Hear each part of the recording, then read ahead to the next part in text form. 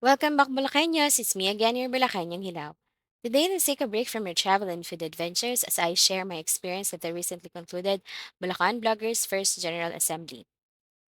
Siyempre, early bird ang lola niya dahil super excited not only to attend this event, but most importantly, mamit ang mga lodi kong Bulacan digital content creators. By the way, this event is in partnership with PHACTO, also known as Provincial History, Arts, Culture, and Tourism Office of Bulacan, headed by Dr. Eliseo de la Cruz, and the Office of the Governor Daniel Fernando and our Vice Governor Alex Castro.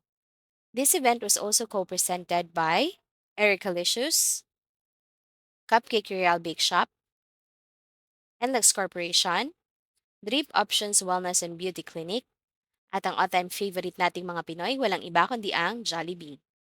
I had a great time interacting with all the sponsors, starting with Tantoco's Catering, which impressed us with their table setup and sumptuous menu.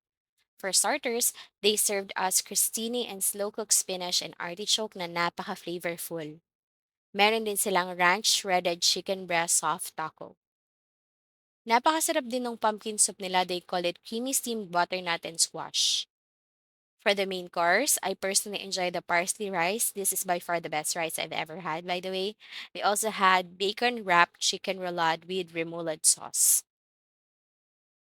And also we had roast pork tenders with maple apple bit sauce.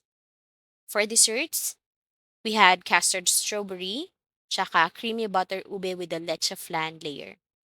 It truly satisfied everyone's appetite during the event.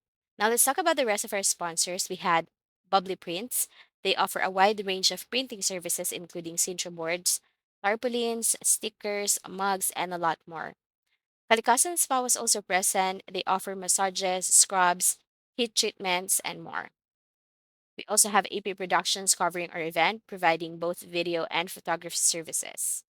Other sponsors includes Galilee Wonderland Hotel and Resort, HTP Clothing, Majoh ChowMaster, Makoo Taiyaki, Matt's Donuts,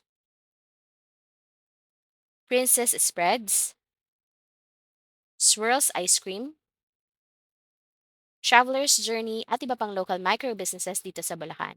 I also had the chance na makapagpa-picture kina Miss Kay Mendez of La Bulacania, RB Bautista of Hey RB, Julie of Hungry Jury, April Bautista, Kenyo Brothers, Fernando Lim of Lacuacherong Bulacanyo, and the very charismatic Sir EJ Fabro of EJ Knows. The event went well. I'm super excited for what lies ahead. Kaya naman don't forget to follow me in my socials to discover more about Bulacan. See you next time. Yours truly, your Bulacan Hilaw. Bye!